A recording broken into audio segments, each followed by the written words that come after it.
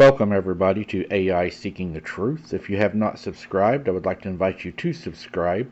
This is going to be more of our scary, paranormal, supernatural channel, also a backup to our original channel, Abnormal Investigations. In case something was to happen to it, we would like to have you all here so we could update you and let you know what to do and where to go. Alright guys, I've got one right here for you I think you all are going to enjoy, and let's get to it.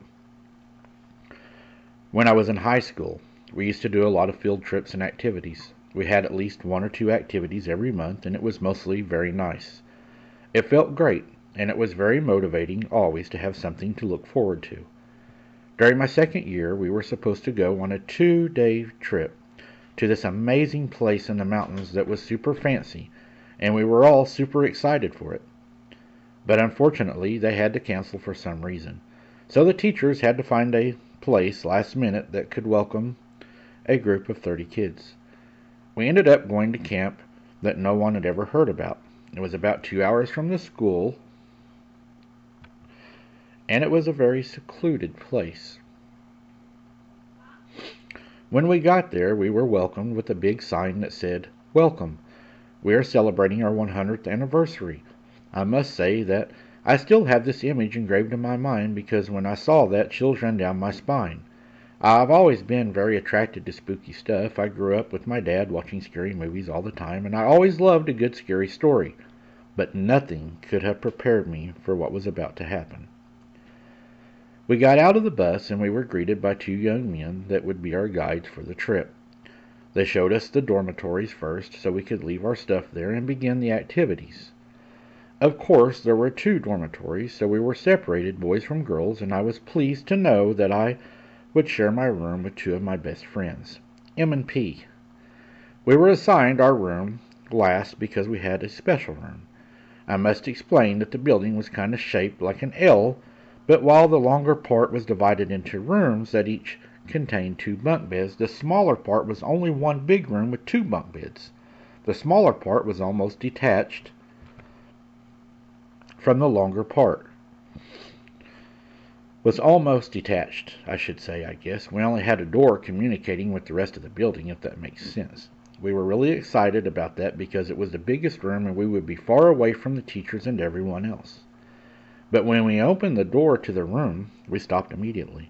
It smelled like someone had left a steak in there to rot. It was so bad that we put our shirts over our nose to try to filter it out somehow. We tried looking everywhere to find the source, but we couldn't find anything. We had to go because the activities were starting, so we put the trash can outside since it was the only thing we could think of that could be stinking that bad, even though the trash can was clean. The day we went by, and we had a lot of fun. We went canoeing, we played games, and finished the day around a big campfire. We went into the dormitory around 8 p.m. and talked with the other girls and until 9 p.m. since it was our curfew, so everyone went to sleep, and we went back to our secluded room. The smell was still there, but it was less intense than when we got there, so we don't feel like telling the teachers and we went straight to bed. Of course, we didn't get to sleep right away. We had so much to talk about. We know kids on a field trip stuff. That's what we were doing. We were enjoying the time away from adults. I was alone in the bottom bunk bed on the right. M was in the upper bed on the left, while P was on the bottom one.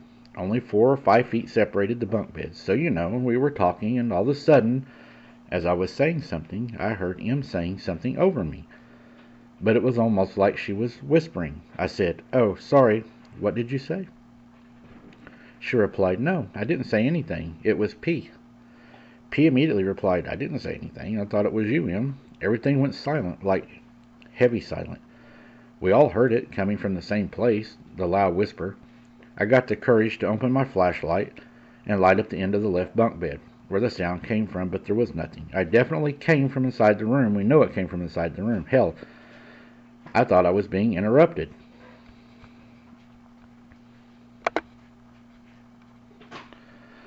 So, to break the silence, I said, "Well, let's just go to sleep." After they both agreed, we silently hid in our sleeping bags, and I don't know how, but we managed to fall asleep.